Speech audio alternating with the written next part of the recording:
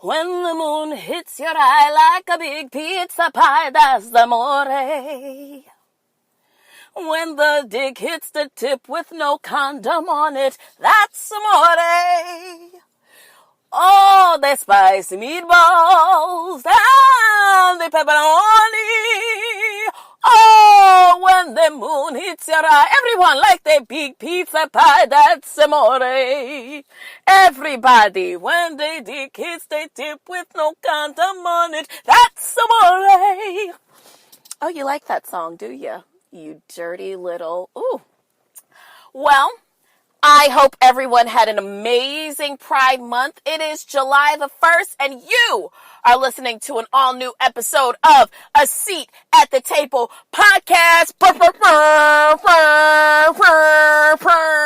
Yes, air horns going off. Yes. All right, everyone. Well, welcome. If this is your first time, the ushers are going to be passing around some informational packets for you. And we'd like to talk to you after the service so we can just get you involved in the ministry of A Seat at the Table podcast. Amen. Amen. Yes. I am your hostess with always the most. All right, don't roll your eyes. The most, okay? Always doing the most. I'm your host, Gail. You can find me on Twitter at Gail Z. Hurst. Listen, if you're looking for someone who's like active 24/7 on Twitter, I am not your gal, okay? Like I tell you, like I like to advise you, I am too busy living life to be typing about it. You know what I'm saying? Sorry. Even if that just means that I'm going from work to the gym, that is none of your business. I am living, okay? Well, wow. Okay, so you can also find us on Instagram. And I say us because this is a group effort. Yes, I am the one who moderates the show every week. But listen, without your opinion, this little brunch boots meetup would be nothing. I'm nothing without you. No, seriously, I'm nothing without you. Do you know why? Because we depend on viewers like you. I guess you're not really viewing anything. I know you can't wait to be able to see your girl as she hosts the show. Coming soon. We're speaking it into existence. But you can find us on Instagram, A Seat at the Table Pod, all one word. And I go back and forth with this week to week as to whether or not I should be giving you my personal Instagram page, because you could ask to follow, but I don't know if I'm actually going to let you follow. Anyways, why'd I even bring it up if I... All right, fine. Okay. We're going to start this show. So, it is July the 1st, which we are just coming off a terrific rainbow-filled month of Pride. Yes, that's right.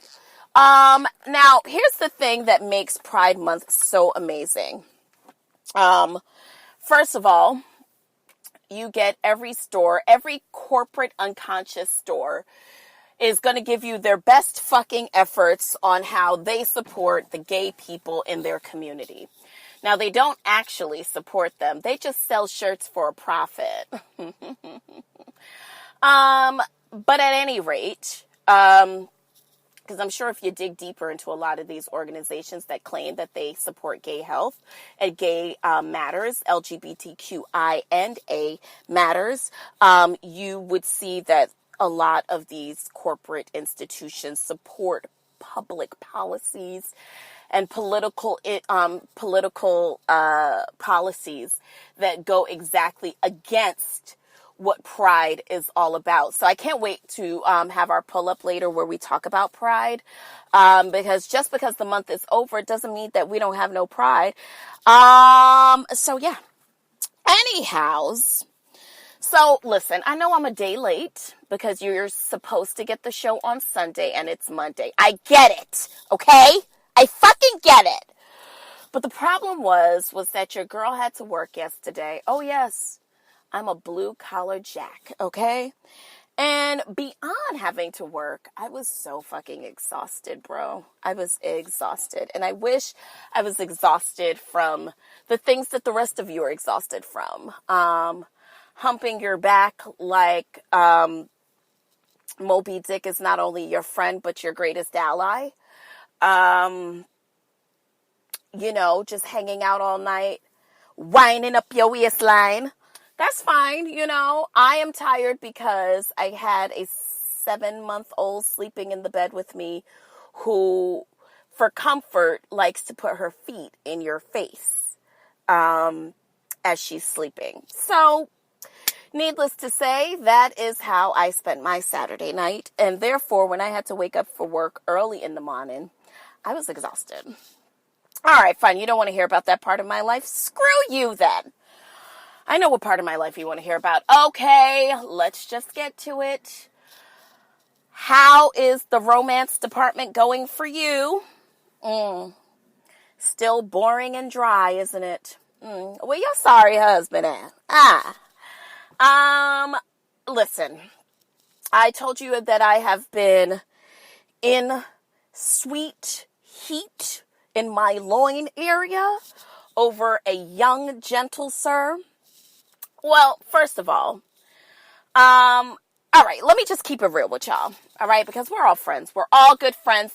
Obviously, there's only a couple of 100,000 listening to this show, so I depend on you guys keeping my secrets, okay?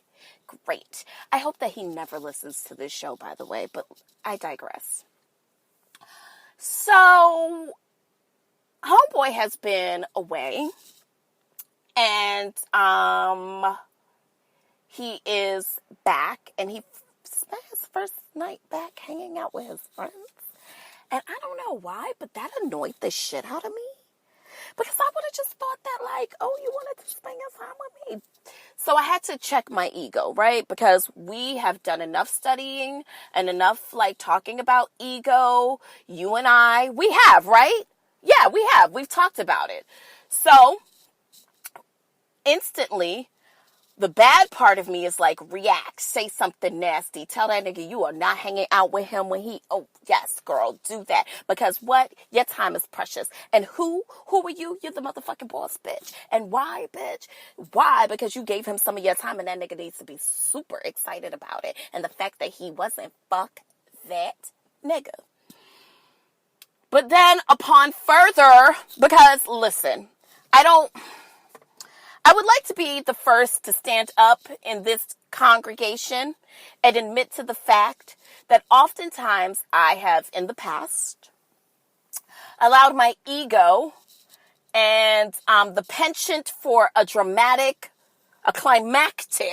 let's not say dramatic, let's say climactic, a climactic come to a head of most situations.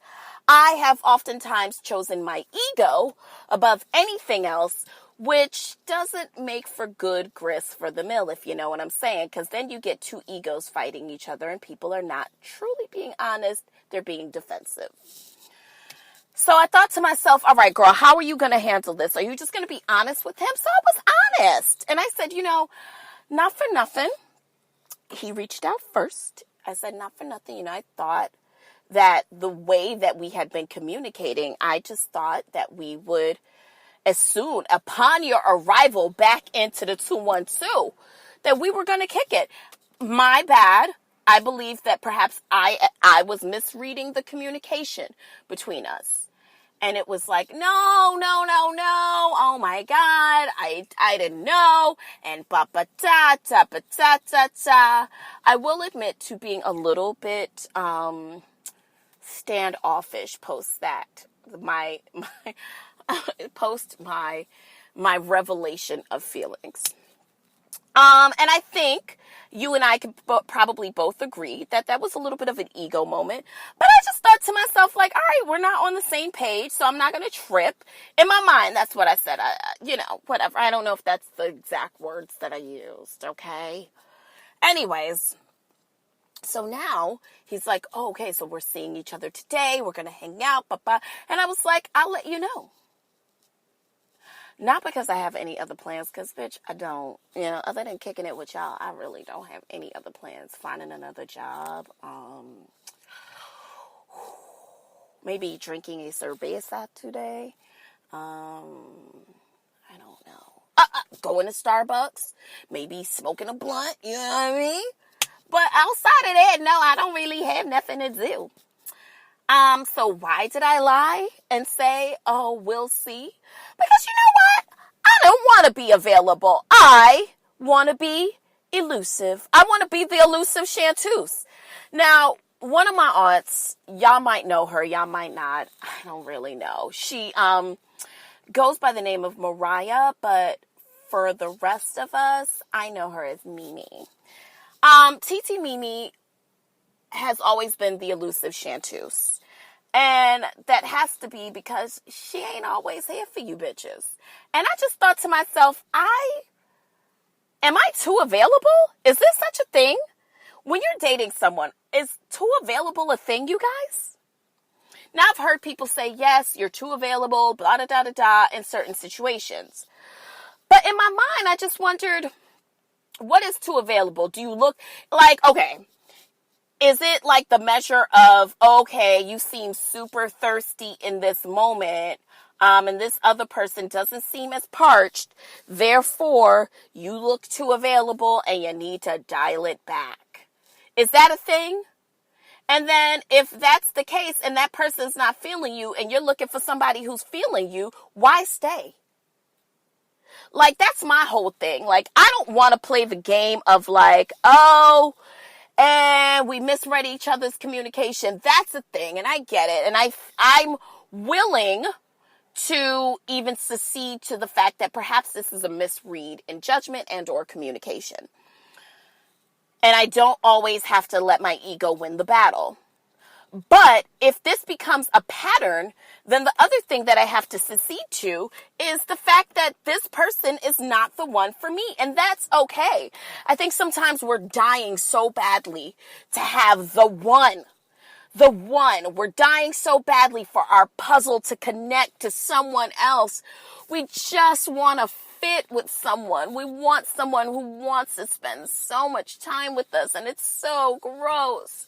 And we want someone who wants to just be grown up with us and just watch the shows with us and know when to stay away when the fuck we feel like having them away. That's why most of you niggas have dogs, isn't it?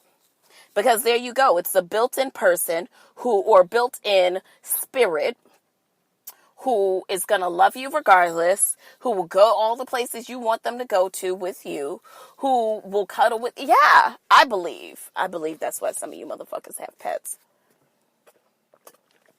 I mean, for me, I think that I have been pretty honest with the fact that I am ready for a real romantic relationship based in spiritual connectivity, emotional maturity, just a common understanding of respect between each other, and understanding who we are as individuals, therefore being able to connect with someone. The God body, like I am looking for my God body out here, and I just, you guys, I don't think that this guy is it. Ooh. Okay, I put my hand over my mouth a little bit. What? You probably didn't hear what I said. Okay, I'm just going to repeat it one more time. I said, I don't think that this guy is it. Why do I say that? I feel like you know when you hit that it. Like you know when you found the person. I don't think I found the person. I think I might have found my city girl summer. And I'm not even sure about that. Yeah. All right. Well, more to come at that. Who's ready for the mess? Hey, who's ready for the mess? Hey. Okay. So what do you want to talk about first? I would like to just give a shout out to the city of New York. Yesterday, we celebrated the Pride March. Not a fucking parade, you nimbuciles. Is it imbecile or nimbecile? Anyways, it wasn't a fucking parade. It was a march. And it was to celebrate the anniversary of Pride, World Pride Day, 50th anniversary, and Stonewall, the Stonewall Inn, where the Stonewall riots